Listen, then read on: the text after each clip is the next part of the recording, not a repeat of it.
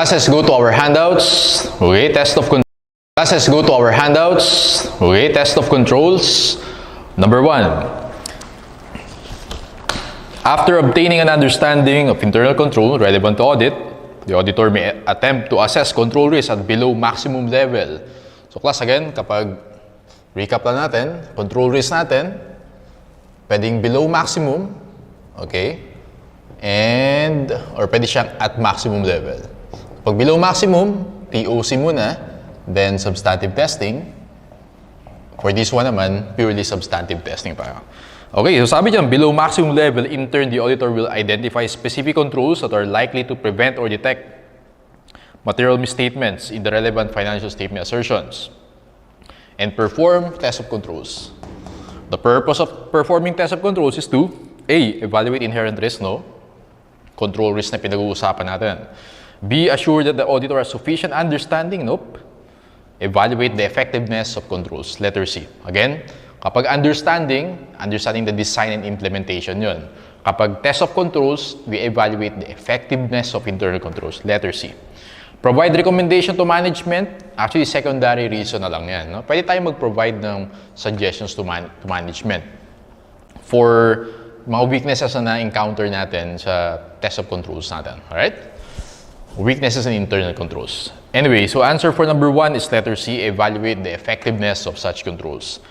Number 2, the ultimate specific purpose of assessing control risk is to contribute to the auditor's evaluation of the risk that A. Specific internal controls are not operating as designed. B. The collective effect of the control environment. Test of controls may fail to identify activities. Actually, class, yung ultimate purpose natin is letter D. Material misstatements may exist in the financial statement. So again, class, yung control risk natin, makakatulong yun sa pag-set natin ng acceptable level of detection risk. And yung detection risk natin will affect the nature, timing, and extent of our substantive testing procedures. Okay? So material misstatements may exist. Again, yung material misstatements na yun, makikita natin sila, ma-discover natin through our substantive procedures. Okay? Letter D.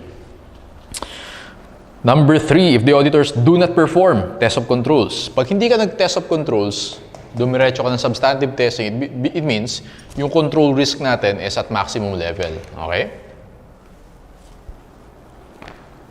A. They performed a substandard audit. Nope. B. They are required to communicate significant deficiencies. They must issue a qualified opinion. Yung opinion, next time pa yun. They must assess control risk at maximum level. Okay? Dog yung answer natin dyan. Number 4, an auditor may decide not to test controls. So, you know that. Related to certain assertions because the auditor believes A. Sufficient appropriate evidence to support the assertions is likely to be available, likely to be unavailable. Evaluating the effectiveness of controls is inefficient. Yun. Okay? So, kaya class, kapag at maximum level, ibig sabihin, yung internal controls ni client, hindi masyado okay, unreliable. So, bakit test mo pa? Pag tinest mo pa, inefficient yung sa audit, dumiretso ka ng substantive testing. Kaya answer dito is boy. C. More emphasis on test of controls. Hindi. Dito yung more emphasis kapag below maximum. Okay? D. Considering the relationship of assertions is more efficient. Nope. Answer natin is boy. Evaluating the effectiveness of controls is inefficient. Number 5. After considering the client's internal control, the auditors have concluded that it is well designed and is functioning as intended. So okay siya. Below maximum. Under these circumstances, the auditor would most likely A. Cease to perform substantive procedures. Nope. Reduce substantive procedures in areas where the internal controls was found to be effective. That's correct. Okay? So, class dito, yung substantive testing natin dyan, limited na lang. Mas konti na lang yan. Kasi nag-TOC ka na. Dito, yung substantive testing mo, extensive. Mas marami kang itetest na evidence kasi hindi ka nag-TOC. Kaya answer dito, class, is boy, reduce substantive procedures in areas where internal control was found to be effective. C. Increase the extent of analytical procedures. Perform all TOC to the extent outlined. Nope. Best answer, boy. Number 6. After testing a client's internal control activities, an auditor discovers a number of significant deficiencies. So, ibig sabihin, may weaknesses to sa internal controls. Under these circumstances, the auditor most likely would A. Issue a disclaimer of opinion. Kasi yung mga opinion na yan, sa dulo pa yan, okay? Magsa-substantive testing muna tayo bago tayo mag-opinion. B, increase the assessment of control risk and increase the extent of substantive test. Actually, that's correct, no? So, kapag maraming deficiencies, okay, ibig sabihin, mataas yung control risk natin. And then, ang gagawin natin, dito tayo. Mas maraming substantive testing. Kaya, boy yung sagot dyan. Increase the assessment of control risk and increase the extent of substantive test. Okay? Mas extensive yung substantive testing natin. Boy yung answer natin dyan. C, issue the qualified opinion. Nope. Withdraw from audit. Sobra ka naman. Withdraw agad. Boy yung sagot natin dyan. Number 7, the scope of substantive procedures as compared to the scope of test of controls generally vary inversely. Okay? Ibig sabihin niyang class, kapag nag-TOC tayo, bumababa yung substantive testing natin. Okay? Kaya inversely related yan. Okay?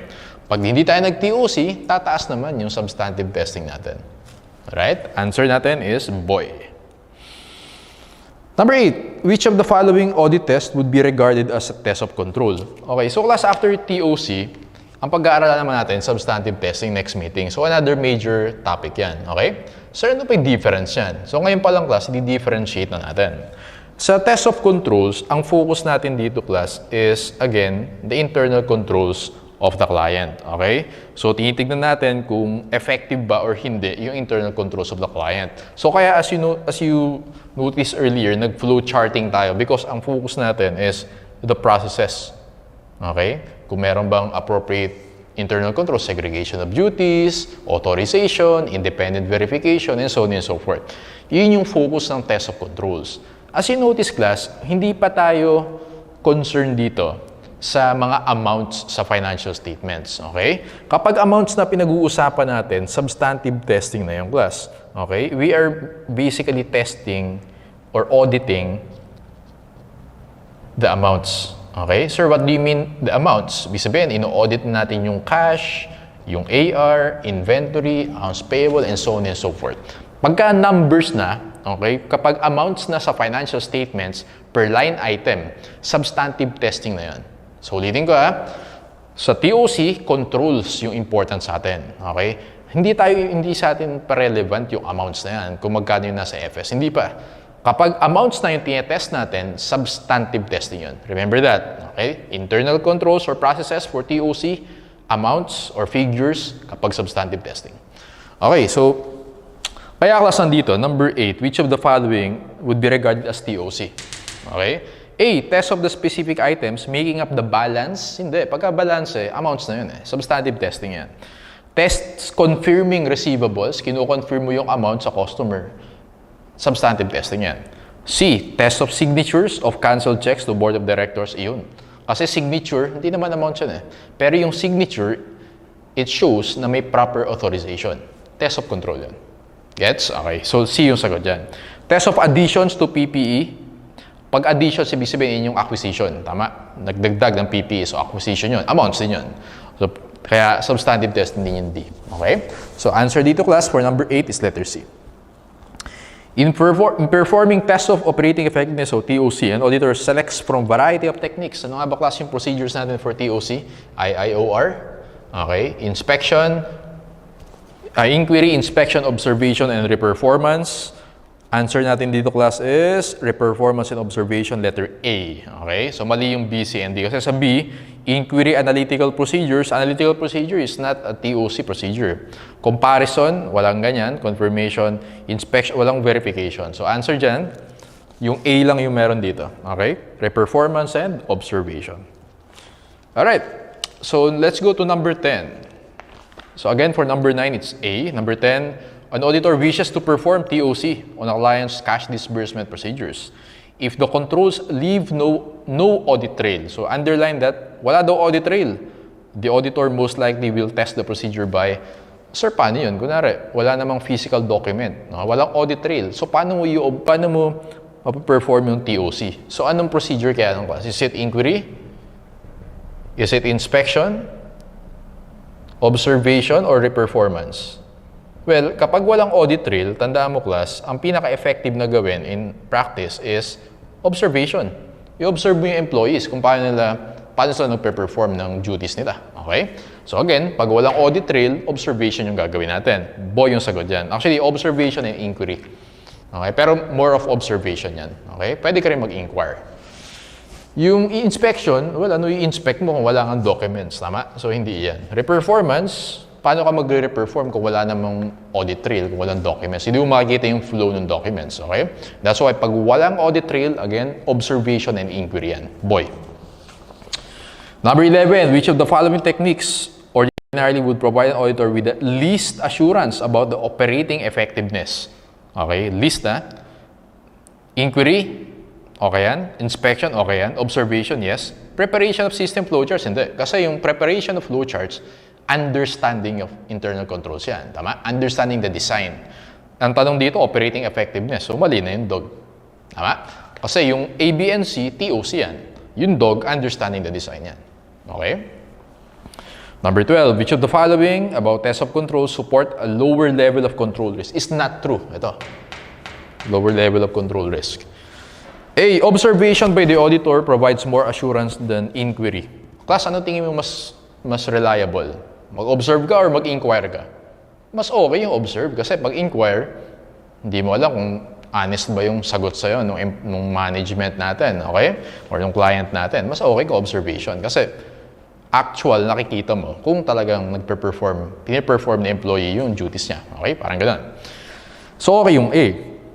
Boy, inquiry alone generally will support the conclusion for a lower assessed level control. Again, hindi. Kasi, again, in audit, we have to exercise professional skepticism. So, yung sagot ni client, pwedeng hindi totoo. Tama? So, yung inquiry, hindi siya, kailangan meron pang additional test. Okay? Additional procedures in addition to yung sa inquiry na yan. So, boy yung sagot dyan. Not true is boy. C, prior audits may be considered, of course. Okay, yung experience mo dati, pwede mong i-apply sa current year audit. DOG, an audit of FS is a cumulative process. Okay? In connection with letter C, yung prior year mo na naging experience with the client, okay, pwede mong gamitin yan. Okay? Para mas maging efficient yung audit mo this year. Okay? Kaya, audit is a cumulative process. Boy, ang sagot sa number 12. Let's go to number 13, audit evidence concerning segregation of duties is best obtained by, so again, pag segregation of duties, observation yung gagawin natin. Okay? Kasi pag observation, nakikita mo talaga first hand na kung properly segregated, kung talagang piniperform ng mga employees yung functions nila na, well, proper segregation. Okay? Answer natin dyan, class, is boy, observing the employees as they apply control procedures. Number 14, audit evidence concerning proper segregation of duties. So again, observation ulit yan. DOG for number 14, direct personal observation of the employees who apply control activities. So maganda yung observation, okay, kapag walang audit trail and kapag gusto mong makita kung may proper segregation of duties. Alright? So DOG for number 14. Number 15, an auditor generally tests the segregation of duties. So, you know that. Okay, answer natin sa number 15 is A, personal inquiry and observation. Especially observation. Okay, so A for number 15.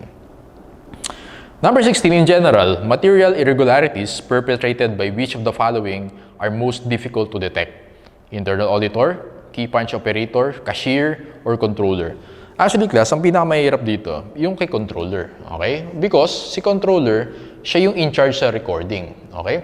Pag hindi niya ni-record yung transaction, mahirap i-detect yun. Tama? Also, si controller, top management yan. Tama? Ang dali sa kanya collusion, di ba? Mag-perpetrate ng fraud, etc. Kaya class dito, DOG yung sagot natin for number 16. Number 17, controls that enhance the reliability of FS may be classified as prevention and detection. Actually, prevention, detection, and corrective. Tama? Which of the following is primarily a detection control? A, separation of duties between cash receipts and depositing cash. Actually, yung cash receipts and depositing cash, pwede namang hindi segregated yun. Okay? Okay lang yan. Wala, kasi pareho naman na custody yan eh. Ang sinasegregate natin, authorization, recording, custody. Parehong custody, so okay lang. Boy, bank accounts are reconciled monthly by persons independent of cash, recording, and cash custody, which is usually performed by the controller. Yung bank recon is an example of detection control or detective control. Boy, yung sagot natin. Okay? Kasi madedetect mo siya after the fact na. Okay? Pag nangyari na. So, through bank reconciliation. C, the Human Resources Department authorizes the hiring of only those persons for accounting positions that meet the requirements. So I think more of prevention. Okay. Dog, an accounting manual accompanied by detailed chart of accounts carefully and clearly describes each transaction. So for me, prevention yun, okay? So boy yung detection dyan. Number 18, which of the following is an effective internal control over cash payments or cash disbursements? A, signed checks should be mailed under the supervision of the check signer. Actually, that's a good internal control, no? So, yung na-check, yung approved checks, okay, may signature na, syempre dapat may supervision siya. Kung talagang, kung sino yung nag-sign, okay, talagang na-send ba talaga yan sa appropriate or approved payees, okay? So, A yung sagot natin. Tingnan natin class kung bakit mali yung B, C, and D. Boy, spoiled checks which have been voided should be disposed of immediately. So, yung mali dyan, yung disposed of immediately. Kapag na-void yung check, tignan muna natin ano yung reason bakit siya na-void. Okay? Hindi basta-basta i-dispose yan. Letter C, checks should be prepared only by persons responsible for cash receipts and cash disbursements. Actually, mali na yan kasi yung cash receipts and cash disbursement, as much as possible, naka-separate siya. Kaya meron tayong cash receipts department and then may cash disbursements department tayo. Tama? Sa flowcharts natin earlier. Letter D, a check signing machine with 2 signatures should be utilized. Well, una, check signing machine, okay? So, ang mas maganda dito, syempre manual signatures as well as yung 2 signatures actually class. Well, magandang internal control siya pero hindi siya required, okay? As you notice, yung mga checks na yan kasi pag tinignan mo, may pwedeng dalawa yung signatories. Pwedeng isa, okay? And most, actually, yung kahit isa lang yung signatory, acceptable yan, okay? As long as yung signatory na yan is an authorized signatory, okay? Hindi necessary na dalawa yung signatories. Kaya answer dito class is letter A. Signed checks should be mailed under the supervision of the check signer. Number 19, which of the following is of least concern, okay, to an auditor? A, signed checks are distributed by controller. Well, actually, so pag nag-distribute ka, may custody ka. Pag si controller ka, ikaw doon yung nagre-record. So yung custody and recording, dapat hiwala yan sa segregation of duties. Sa A, isang person yung gumagawa, si controller. So that's a flaw in internal control. Weakness yan, tama? So concerns auditor yan. B, checks are signed by one person. As I explained sa number 18, okay lang kahit isang person lang as long as approved or authorized signatory yan. Okay? So boy yung sagot. Cash receipts are not deposited intact daily. So as much as possible, deposited daily yung cash receipts. Kaya pag hindi daily, well, concern yan sa auditor. Tama? Dog, treasurer does not verify the names and addresses of check payees. So dapat i-verify ni treasurer yan. Kasi pag hindi, baka yung bayad, baka fictitious payees yan. Nagbabayad ka sa hindi naman totoong payees. Okay? That's an example of fraud. So yung A, C, and D are of concern to the auditor. Yung boy, least concern yan. Okay lang kahit isang signatory lang. Number 20. Which of the following controls would an auditor most likely use in safeguarding against the loss of trading securities? A. The independent auditor traces all purchases and sales of trading securities through the subsidiary ledger to the general ledger. So, class, yung SL and GL, di ba? Ano ba yung SL? Di ba? Yun yung running total. Di ba? Running balance yan. Yung GL naman, dun ka talaga yung SL yung details. Tama? Details yun. Yung GL yung total. Okay? So, dapat match yung dalawa na yan. Tama? So, ang tanong dito class sa number 20, loss of trading securities. Actually, okay yung A. Kaya lang, hindi niya na meet yung objective na safeguarding against loss of trading securities. Ang best answer dito class is boy. An independent trust company has no direct contact with the employees who have record keeping. Yun ang pinakamaganda. Because ang pinag-uusapan natin dito, securities, di ba? So, mga shares. Okay? Investments. So, independent trust company, pwedeng bangko. Yung bank, okay? Nagtatago ng mga securities mo. Okay? Yung mga stock certificates, ganyan. And then, walang contact sa kanya yung record keeping. So, ibig sabihin, yung custody, yung bank, naka-separate from the record keeping. Yun yung best way. Segregation of duties. Best way to safeguard against loss of trading securities. Yung loss nito, hindi ibig sabihin nito yung mark-to-market loss. Hindi. Yung loss nito, literally, yung mawala yung trading securities mo. Si internal auditor inspects the trading securities each year. Pwede, pero mas maganda pa rin yung boy. Dog, a designated member of board, controls the securities in a bank safe deposit box.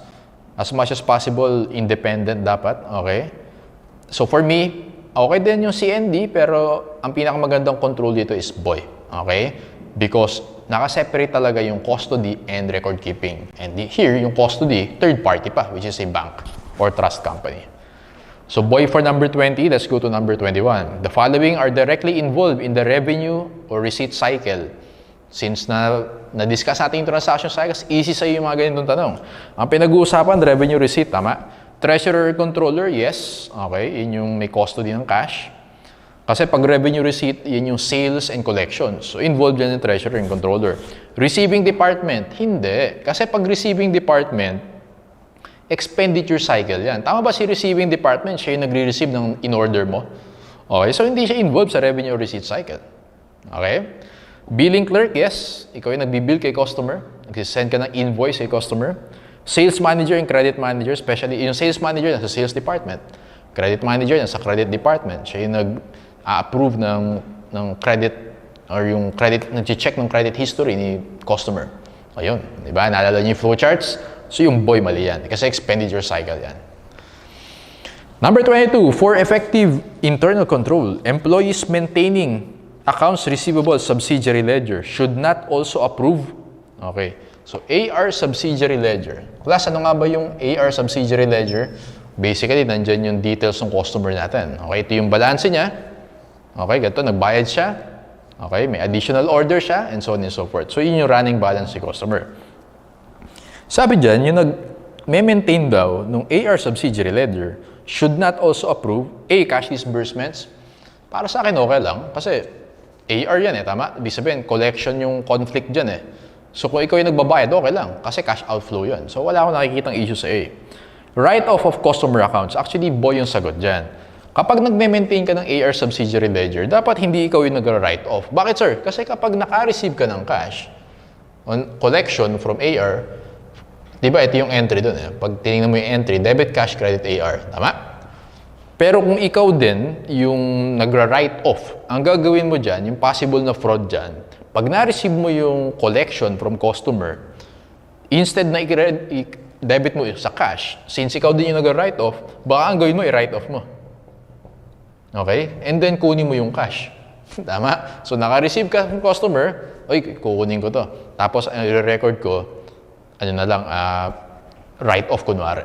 O yun, fraud yun, di ba? Kaya conflict yan. Kapag yung, though wala kang entry sa SL, kasi sa SL, ano lang naman yan, balance Okay, balance. Tapos ito yung additional sales, collection. Tapos pag nilagay mo dito, write-off. O yun, conflict ka na sa write-off. Okay, so again, ito yung possible na fraud dyan. Okay, so BOY yung sagot natin dyan. Granting of credit, okay lang din yan. So pag granting of credit, wala akong nakikitang fraud dyan. So BOY yung sagot dyan.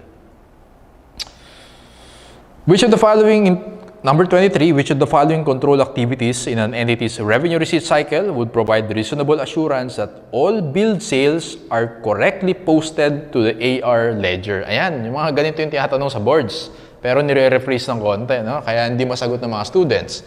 So, pero siyempre class, since natutunan natin yung transaction cycles, somehow, medyo kaya na natin sagutan yan. So, ang technique dyan class, tingnan natin ito yung objective. All billed sales, okay, all billed sales are correctly posted to the AR subsidiary ledger. Okay? All billed sales, ano ibig sabihin ng billed sales? Iyan yung, well, nag-send ka ng invoice, tama? Sales invoice kay customer, binil mo na siya, billing statement. And naka-record daw yan sa AR ledger natin. So, anong class yung control activities na best para ma-ensure natin yan? Ito yung objective natin. Okay? All billed sales are correctly posted to the AR ledger. A, each shipment of goods on credit is supported by pre-numbered sales invoice. Actually, magandang internal control yung A. Kasi sinasabi dyan, bawat shipment daw, dapat may supported ng invoice. Okay din yun, tama? Kaya lang hindi naman yan na mi-meet yung objective natin. Yung A, basically, ini-ensure mo, sulat mo to, all shipments, okay, to the customers have been billed. Okay? So, lahat ng shipments natin kay customer, for letter A, na-ensure natin na lahat ng shipments to customer properly billed. Okay? Ganun siya. Alright? So, hindi naman ito yung objective. Ang gusto natin malaman, lahat na na-bill kay customer, na-record natin na maayos sa AR. So, yung A, okay na internal control, pero hindi niya na-meet yung objective natin. B, the AR subsidiary ledger is reconciled daily to the AR control account in the general ledger. Actually, magandang internal control yan. And in audit practice, yun yung isa sa mga pinakauna mong tinitingnan. Dapat yung total ni SL match dun sa na kay GL. Okay? Kasi si SL, details lang naman ni GL yun eh. So, dapat match sila. Okay? Yun yung isa sa pinakaunang audit procedures that you perform in audit practice. Ngayon, class, ang okay na internal control siya, pero merong flaw yan. Okay? Imagine, ito yung SL, ito yung GL. Okay? Yung SL, details yan ng GL. So, dapat match yung dalawa na yan. Okay? Pero, class, for example, yung isang transaction hindi na record dito. Tama? Therefore, pag nag-send na ng journal voucher dito yan, hindi din mare-record dito yan. Pero since both sila hindi nag-record, balance pa rin yan. Tama? So, merong unrecorded transaction, pero balance pa din. So, yun yung hindi ma-detect nitong letter B. Nakalagay dyan, the AR subsidiary ledger is reconciled daily. Pwedeng reconciled pa rin sila, but then merong unrecorded. Okay? Reconciled pa rin, pero meron hindi na-record. Okay? So, hindi rin niya na-meet to. C, daily sales summaries are compared to daily postings to the AR ledger. O, yun yung sagot natin. Daily sales summaries, paano ka ba nag-record ng sales? Siyempre, pag na-ship mo na, okay? Pag na-ship na, pwede ka na mag-record ng invoice o mag-prepare ng invoice kay customer. Yung invoice na yun, yun yung billed sales natin. Ngayon, kino-compare daw siya daily sa AR ledger. Ayun, na-meet mo yung objective natin.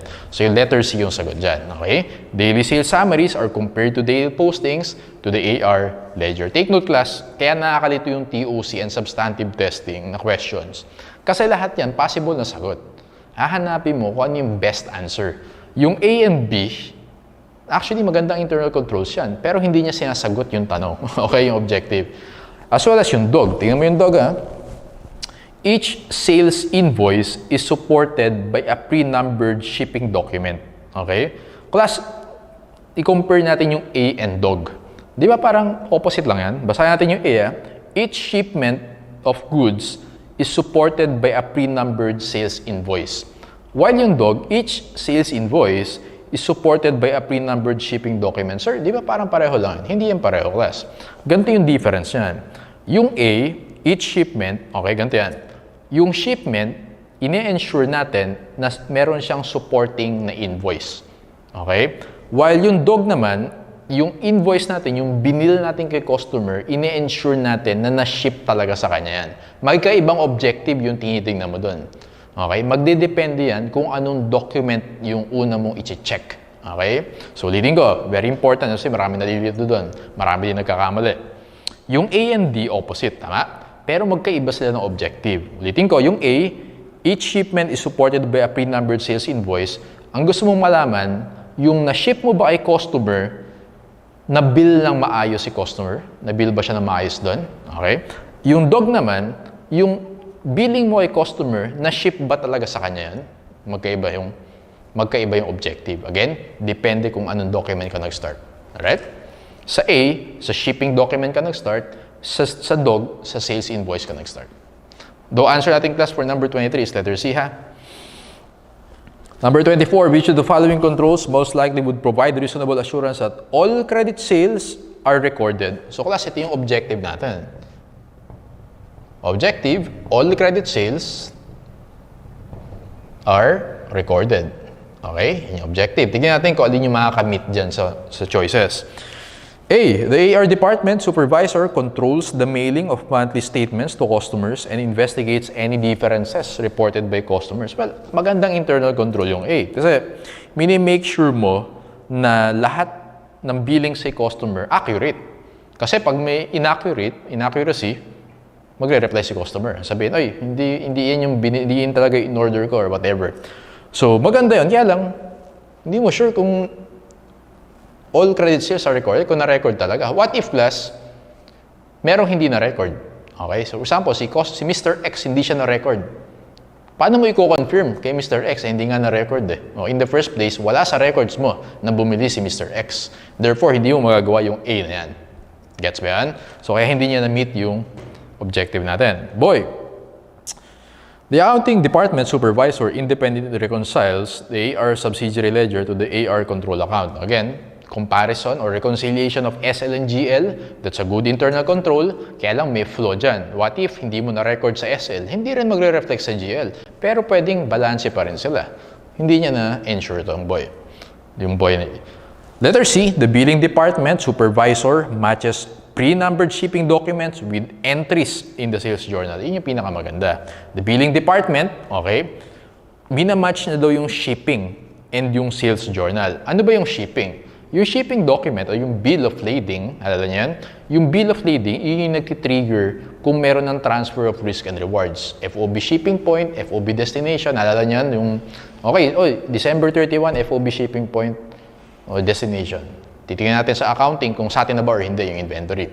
So ngayong class, i-compare mo yun, okay, yung shipping terms, and i-compare mo kung na-journalize ng maayos yun sa sales journal. Yun. All credit sales are recorded. Pag na-transfer mo na yung risk and rewards sa the customer, pwede mo nang i-record yun.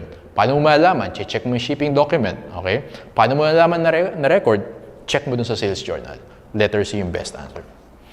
Dog naman, the billing department supervisor sends copies of the approved sales orders to the credit department for comparison to authorized credit limits and current customer account balance. Okay yung dog. Yan yung may i-check muna ng credit department yung credit worthiness si customer. Maganda internal control yan, pero hindi mo ma-ensure kung na-record yung sales. Okay? So again, A, B, C, and D, lahat yan maganda internal controls, but ask yourself, alin dito yung nami-meet yung objective natin? Yung letter C. Okay? C for number 24.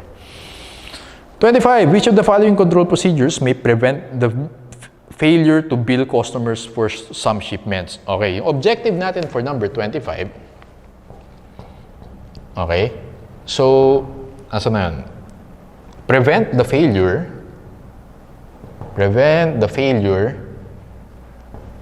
Okay. To bill customers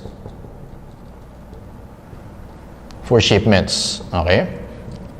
Kasi ang general rule natin in accounting, pag na-ship mo na, well, syempre, depende FOB shipping point or destination. Pero basically, pag na-ship mo na, doon na natatransfer yung risk and rewards. So now class, ang gusto nating malaman dito, dapat ma-prevent natin yung possibility na hindi natin ma-bill si customer pag na-ship na natin. Actually, A yung sagot dito for number 25. Each shipment should be supported by a pre-numbered sales invoice that is accounted for. Ibig sabihin na accounted for, ibig sabihin na-account natin, na-record natin, okay? Or the bill natin. So, ibig sabihin class, each shipment, bawat bill of lading, yung shipping document natin, dapat meron siyang naka-match na or supported siya by a pre-numbered pa, yun yung maganda dyan, sales invoice. Ano nga ba yung sales invoice? Yun yung billing natin kay customer, okay? So, if na-ship siya kay customer, evidenced by a shipping document, so na-ship na siya, and then na-bill natin siya, ayun. Mape-prevent natin yung failure to bill the customers for shipments. Okay? Letter A yung sagot dyan. Tingnan natin ibang choices. Sales order should be approved by authorized personnel. Magandang internal control yan, but then hindi siya related sa objective natin. C. Sales journal entries should be reconciled to daily sales summaries. Sales journal entries should be reconciled to daily sales summaries. Okay siya. Pero basically, for letter C, ang nangyayari lang dyan is, what if yung meron ka hindi na-record na sale, magmamatch pa rin yan. Tama? Parang SLGL lang yan. So yung sales journal entries mo, pag may na-miss ka doon na isang journal entry, hindi siya magre-reflect sa summary mo. So, balance pa rin, hindi niya na-meet yan. Tama? Dog natin, each sales invoice should be supported by a shipping document. Ayan, yun yung opposite. No? Sales invoice, tingnan mo class analyze natin na A and dog. Okay. Letter A muna. Each shipment should be supported by a pre-numbered sales invoice. Saan tayo nagsimula? Sa shipping document. Tama? Ang gusto nating malaman na yung mga na-ship natin, dapat properly billed siya. Kaya ito yun. Kaya A yung sagot natin.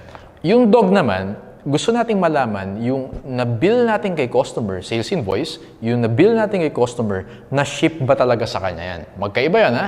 Okay. So that's why, ang sagot natin dito, letter A. Alright? Number 25, letter A. Let's go to number 26. The most effective control for ensuring that customers are billed only for goods shipped. Okay? Ang objective natin, nabibill lang sila sa goods shipped. Okay? Is to A. Require that carrier signs properly completed bills of lading. Okay? Okay yan, kaya lang hindi na-meet yung objective natin. Boy, implement a policy that prevents the mailing of sales invoice to customers in the absence of properly approved shipping order and a bill of lading. Letter boy yung sagot. Kasi sabi dyan, class, kapag walang shipping document, hindi natin i-bill. Ayun, sabi dyan sa question, billed only for goods shipped. I-bill mo lang kapag meron kang shipping document.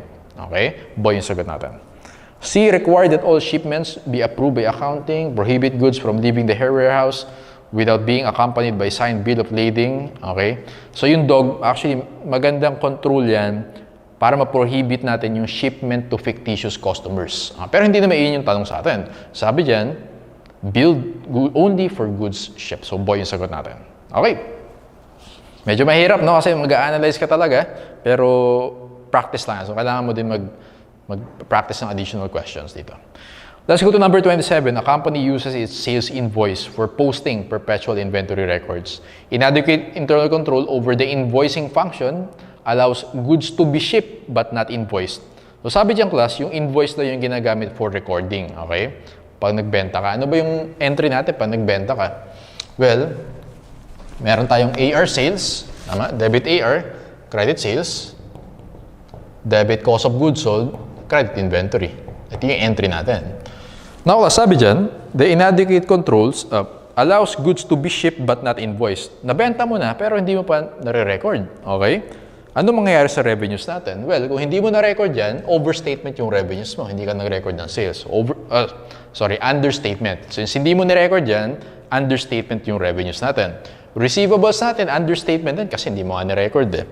Inventory natin, on the other hand, overstatement kasi dapat nag-credit inventory ka. Since hindi mo na-record to, answer natin dyan, understatement revenues, understatement receivables, overstatement inventories, letter C. Okay, letter C. So class, medyo marami ko prepare na questions for TOC. So please bear with me, no? So be patient sa pakikinig because very important yung topic na to. Let's go to 28. Effective controls relevant to purchasing of raw materials usually include all of the following except A. Determining the need for raw materials. Siyempre, yan yung example natin kayo na reorder point, di ba? 500, ano ba yung maintaining natin kayo na? 500 units. Tapos bumaba na 450. Okay? Ayun, determining the need for raw materials. Reorder point yan.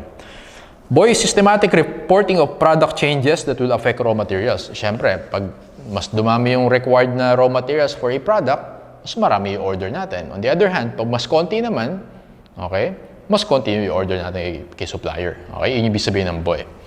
Okay yan. C. Obtaining financial approval prior to making a commitment. Yes. Actually, dog yung mali dito. Because sabi dyan, obtaining third-party written quality and quantity reports prior to payment. Mali yan. Kasi ang pinag-uusapan pala natin, pag-o-order pa lang. So, dapat, hindi prior to payment yan. Prior to ordering or prior to purchasing. Okay? Dog yung sagot dyan. 29. Which of the following is the most effective control procedure to detect vouchers that were prepared for the payment of goods that were not received? Okay. A. Count goods upon receipt in storeroom. Okay yan. Pero actually, best answer dito class is boy. Okay. Matching purchase order, receiving report, and vendor's invoice. Ano tawag natin doon? Yan yung three-way match. Sino gumagawa niya class? Accounts Payable Department. Sa three-way match, nakikita natin, since ang kino-compare natin is purchase order, receiving report, and vendor's invoice, we are ensuring na yung na-order natin, yun talaga yung na-receive natin, yun yung binil sa atin ni supplier. Okay? Kaya magandang internal control yan. Boy for number 29. Number 30. Yung number 30, hindi mo siya masasagutan kung hindi mo alam yung transaction cycles. Manghuhula ka dito pag ganun. In a properly designed accounts payable system, a voucher is prepared after the invoice, purchase order, requisition, and receiving report are verified. The next step in the system is to, actually class, di ba, ito yung sa expenditure cycle. Ano? Pag nag-order na tayo, blah, blah, blah, kailangan magbayad na tayo. Okay, so meron tayong A, B, C, and D. No? After daw natin ma-prepare lahat, okay, naka-order na tayo, ganyan-ganyan, ano yung next step dito? Actually class, ang next step dito is letter C, approve the voucher for payment. Naalala niyo yung cash disbursement system, cash disbursements natin? Si accounts payable, titingnan niya yung due dates, tama? Uy, ano pala, mag-due date na to, or hindi, dapat mag-take advantage tayo ng discount. Papa-approve siya kay cash disbursements department. Si cash disbursement department, siya yung gagawa ng cheque. Okay? Yun yung letter C. Approve the voucher for payment. Okay? Yun yung muna gagawin mo. Letter C muna. So, C na yung sagot. Step 1 is letter C. Next step is letter B. Si cash disbursements department, i-update na yung check register niya or the cash disbursements journal. Yun yung check register. After that, ika-cancel na yung supporting documents kasi bayad na eh. Cancel mo na. Lagay mo dyan paid. Okay? And then, next natin, ipopost na natin yung voucher sa ledger. Okay? Post na natin. Pwedeng expense or pwedeng bawas sa accounts payable natin. So, ulitin ko, answer dito sa 30 is letter C. If you follow yung flowcharts natin, una muna dyan, step 1 is letter C. Step 2 is letter boy. Step 3 is letter A. Step 4 is letter dog. Okay? C yung sagot natin. Number 31, which of the following is an internal control that would prevent a paid disbursement voucher from being presented for a payment the second time? Nagbayad ka na for that transaction, paano natin mape-prevent na hindi ka magbabayad for that same transaction? Okay, basically, twice ka nagbayad for the same transaction. Okay, A, vouchers should be prepared by individuals who are responsible for signing disbursement checks. B, disbursement vouchers should be approved by at least 2 responsible officials. Okay then. The date of disbursement should be within a few days. Actually, okay na internal controls yan, pero ang goal natin, para ma-prevent yung twice ka magbayad for the same transaction. Actually, dog yung magandang sagot dyan. The official signing the check should cancel the paid voucher after examining documentation. For example, class, ito yung documents, no? Nabayaran na. Ito yung purchase order, receiving report, blah, blah, blah, cheque. Pag nabayaran mo na, yung mga documents na yan, lagyan mo dyan, paid. Okay, usually ginagawa yung practice, ni-stamp. Okay? Ayan, stamp na gano'n, nakalagay paid or completed. Siyempre, pag gano'n na, may stamp na yung documents, hindi mo na ma-reuse yan. Tama? Ibig sabihin, nabayaran mo na yung transaction na yan. Mape-prevent yung payment twice for the same transaction. Letter dog yung final answer natin. Okay? Paid or canceled yung nakalagay. Okay, number 32, internal control procedures are strengthened when the quantity of merchandise ordered is omitted from the copy purchase order sent to. Ito yung blind PO. Alala niyan? Yung blind PO sa receiving department sinesend yan. Again, ano yung purpose ng blind PO? Para si receiving department or si receiving clerk, ma-force siya na bilangin yung goods na marireceive niya. Kasi pag nasa PO na yun, wala na siyang motivation, okay? Na bilangin. Kunyari, may dadating ng malaking box. Uy, 50 units pala in order namin. Okay, so okay na yan. Pero pag wala nakalagay doon na 50 units, forced siya na bilangin yung laman ng box na yun. Gets? Boy yung sagot natin. Receiving department. Number 33, which of the following is an essential control to ensure the accuracy of the recorded inventory quantities? Quantities ha, hindi cost. Quantities. A, calculating unit cost. O, mali agad. Quantities hinahanap natin. B, testing inventory extensions. Pag sinabing extensions, yung mga totals, cost din yun. Performing a gross profit test. So, gross profit, cost of goods sold, cost din yun. Dog yung sagot dyan. Establish a cutoff for goods received and shipped. Yun yung cutoff procedure natin. Okay, December 30, nag-order tayo, FOB shipping point, dumating ng January 1. Okay? Or nagbenta tayo, FOB destination, na-receive ng customer, January 2, mga ganun. So, cut-off procedure yon. So, malalaman natin kung correct ba yung quantities na ni-record natin sa books natin. Okay? Dog yung sagot dyan. Number 34, which of the following controls most likely would be implemented to achieve the production cycle control objective of maintaining accurate inventory records? Ito naman yung cost naman of the inventory. Sagot dito, class, is A. No? Para ma-ensure mo yan, required tayo na every end of the year, mag-physical count. Okay? A yung sagot. Periodic inventory counts are used to adjust the perpetual inventory records. Naalala nyo sa FAR, di ba? Whether periodic or perpetual, kailangan mag-physical count ka. Yung ending inventory na ilalagay mo sa balance sheet mo should be based on your physical count. Kaya A yung sagot natin. Alright? Yung boy, just-in-time inventory system keeps inventory. Okay yan. C, perpetual inventory records are periodically compared with NRV, purchase requisition, blah, blah, blah, independently matched. So again, ang objective natin, ma-ensure na tama yung ni-report natin na ending inventory, mag-physical count tayo. Letter A. 35. When there are numerous PPE transactions during the year, the auditor who plans to assess control risk at low level or below maximum. Pag below maximum, TOC, substantive testing. Sagot dito, class, letter C. Test of controls and limited, okay, testing for PPE transactions. Kaya mali yung A. Yung A kasi, test of controls and extensive. Ito yun. Oh, actually, walang test of controls and extensive. Pag substantive testing, extensive yan.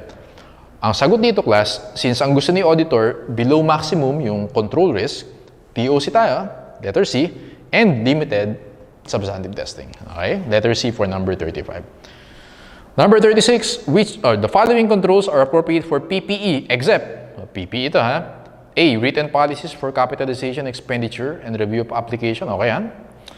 Boy, disposal of fully depreciated PPE. Mali yun. Kasi ang requirement sa atin ng standards, kapag fully depreciated na, i-disclose lang natin. Hindi ibig sabihin na i-dispose mo na. Okay?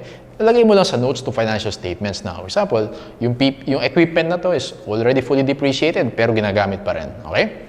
Mali yung boy na yan. C, proper authority for acquisition. Okay yan. So, authorization. Detailed PPE, physical controls. Okay yan. Boy yung sagot sa 36. Uy, yung lapit na. Okay. 37. An internal control objective concerning PPE is that they be recorded at the correct amounts, proper period. Which of the following would an auditor most likely assess a high-level risk? Okay, at maximum. A. All material acquisition are required to be approved by BOD. Low risk yun kasi may proper authorization. So, okay yun. B. Most additions are self-constructed. Actually, boy yung sagot. Medyo risky yan kasi class, pag self-constructed, well, alamin mo pa kung ano ba yung cost na yan. Capitalizable ba yan or expense? Another one, borrowing cost. Di ba kapag self-constructed, pag may borrowing cost, may mga computation pa yan na medyo complicated. So yun yung high level of risk. Boy, okay? C, recently acquired loans include covenants that preclude further acquisition for 5 years. Gross PPE increased 30%.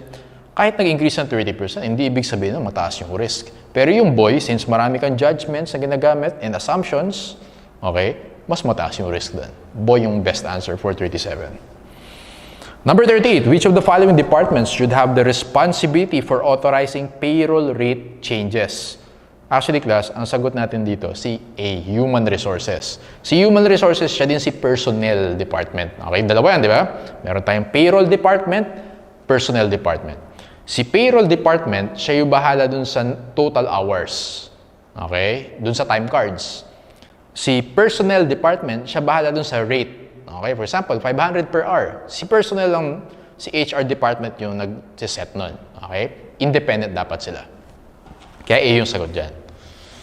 39. Which of the following controls would be most appropriate means to ensure that terminated employees had been removed from the payroll? Okay, terminate na. So, baka binabayaran pa sila. So, paano natin mape-prevent yun? A. Mailing checks to employees' residences? Nope. B. Establishing direct deposit procedure? Letter C. Reconciling payroll and timekeeping records. Okay? Talaga bang, ibig sabihin kasi ng timekeeping, nagtrabaho siya talaga. Okay? Kung nagtrabaho siya talaga, ibig sabihin, hindi pa terminated yung employee na yun. Tama lang?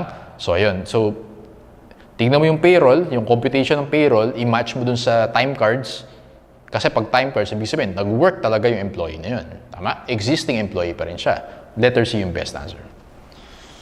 Establishing computerized limit checks. Okay, C for number 39. Number 40, which of the following represents an internal control weakness in the payroll department?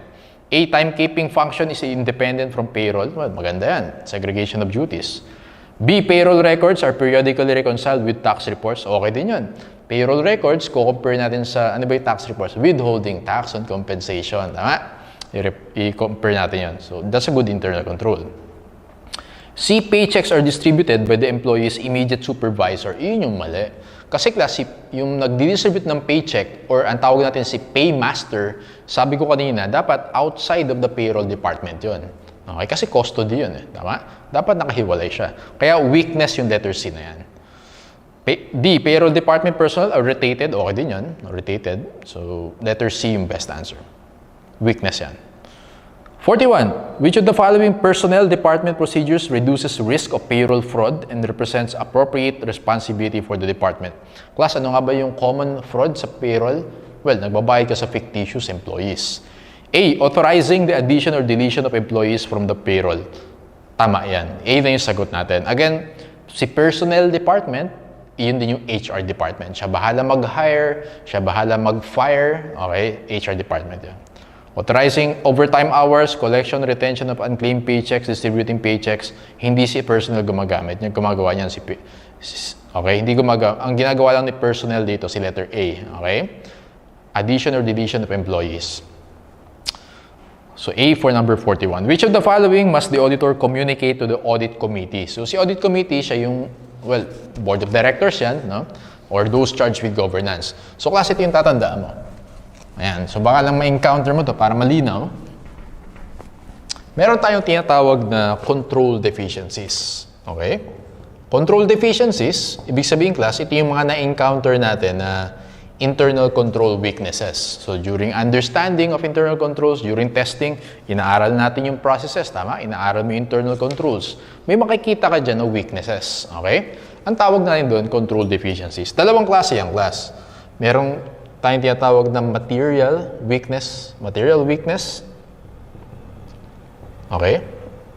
And we have significant deficiency. Okay, sir, ano difference yan? Well, pareho yan na control deficiencies yan. Okay? Weakness in internal controls yan. Ngayon, ang difference lang ng dalawa na yung class, isipin mo lang na ito yung more severe, okay, form of weakness, ito naman yung less severe. Okay? Ganoon lang siya. So, yung degree lang ng severity. Okay? More severe pag material weakness, less severe pag significant deficiency. Pero class, both of them are called reportable conditions. Sir, bakit tinawag na reportable conditions? Kasi nire-require tayo ni PSA, okay, na i-report siya sa those charged with governance or the BOD. Specifically, sa audit committee. Okay? Audit committee. So again, pag may nakita tayo na control deficiency, na pwedeng material weakness or significant deficiency, depende sa severity, syempre, depende sa judgment na lang yan ni auditor, reportable conditions yan. I-report natin sa those charged with governance, specifically the audit committee. Okay? And actually, guys, in actual practice, ang ginagawa ng mga audit firms para makapag-add sila ng value to the client, ang ginagawa nila, so yung mga weaknesses na nakikita nila sa internal controls, nagbibigay din sila ng mga recommendations kung paano ma-improve yung weakness. So parang ganito yan. Ito yung weakness sa internal control, ito yung possible na risk. Okay? For example, isang employee, siya yung nagre-record, siya din yung may custody. And then papakita ni auditor, ito yung risk dyan. Okay? Baka may fraud na ganito. Ito yung recommendation ni auditor. Okay? Yung mga young class, ang tawag dyan in practice is management letter. Okay? Management letter. Again, yung management letter, yun yung byproduct sa audit natin. Additional value kay client yan para ma-improve yung operations si client. Pero ang required lang sa atin by the PSA, i-report. Okay? I-report lang. Hindi sa atin required na magbigay ng recommendation. Okay? Pero in practice, nagbibigay ng recommendation yung audit. Alright? So, number 42. Which of the following must the auditor communicate to the audit committee? Letter A. Okay, both significant deficiency and material weakness. A yan. 43. A significant deficiency, okay, A, differs from material weakness in that it involves internal control over operations. Mali. Boy, involves an amount discovered, misstatements, blah, blah, blah. C is identical to material weakness. Nope. Answer dito sa 43 is dog. Significant deficiency is less severe. okay, than material weakness. Okay? For example, sa material weakness, yun yung talagang walang proper segregation of duties. Okay? Malaki yung fraud na pwede mangyari. Material weakness yun. Pag hindi naman sobrang critical or hindi naman sobrang malaking fraud yung possible na ma-expose yung client, significant deficiency yun. Okay? So, dog. Again, based on the judgment, professional judgment of the auditor. Number 44, a control deficiency that is less severe than material weakness, again, significant deficiency and dog. 45, a material weakness involves an amount that could result in a misstatement that is, obviously, material. Dog din tayo sa number 45. Okay? Number 46, a situation in which the design or operation of a control does not allow management or employees in the normal course of performing their assigned functions to prevent, detect material misstatements on a timely basis. Ayan yung definition natin ng control deficiency, letter A. And control deficiency may be classified as material weakness or significant deficiency. Letter A for number 46. And then class, last problem, last item, number 47. Which of the following is correct with respect to control deficiencies? A. Auditor must communicate and recommend corrections. Kakasabi ko lang, ang requirement lang sa atin ng PSA, communicate lang. Okay? Yung recommendations, hindi yan requirement. Pero ginagawa in practice yan. So, mali na yung A. Boy, all material weaknesses in internal control should be reported to the audit committee. Actually, correct yun. All material weaknesses and significant deficiencies are reportable conditions. I-report natin yan sa audit committee. C, all such matters must be communicated to the audit committee and regulatory agencies. Mali yan. Hindi required yung regulatory agencies. Audit committee lang. Dog, all control deficiencies are also significant deficiencies. False. Kasi merong control deficiencies na material weakness. Alright? Kaya mali yung dog. So again, boy yung sagot natin. Ang requirement lang ni PSA is to communicate. Yung recommendation, hindi yan requirement ni PSA. Alright? Boy yung sagot for number 47. Okay na. So marami tayong sinagutan. Again, kasi important yung topic na yan. And yung next topic natin is substantive testing. Okay? Pero substantive testing, next pre-boards na yun. Hanggang dito muna yung first pre-boards natin. And extensive din yung magiging discussion natin for substantive testing. So, okay, ang suggestion ko, class, is yung flowcharts natin earlier, twice mo pang basahin yun, okay, aralin mo yun para mas makatulong sa'yo in answering TOC questions. Alright? Dismissed.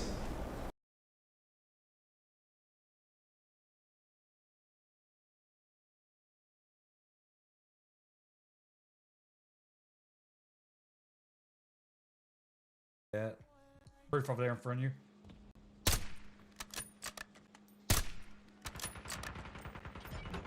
Nice. Good shit.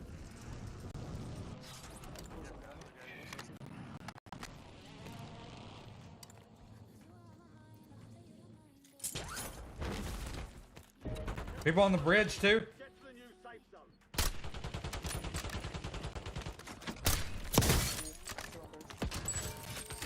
Nice. Yep, good, yep. There's still the guy over here that we're hunting. Enemy UAV is online. Enemy UAV is online. I don't know how many's over there.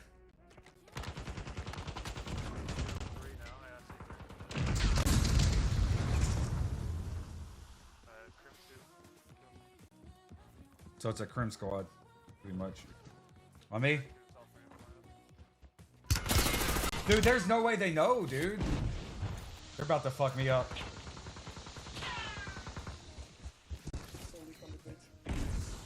Dude, they know where I'm at exactly. Oh, look at that, dude. They're still hitting me.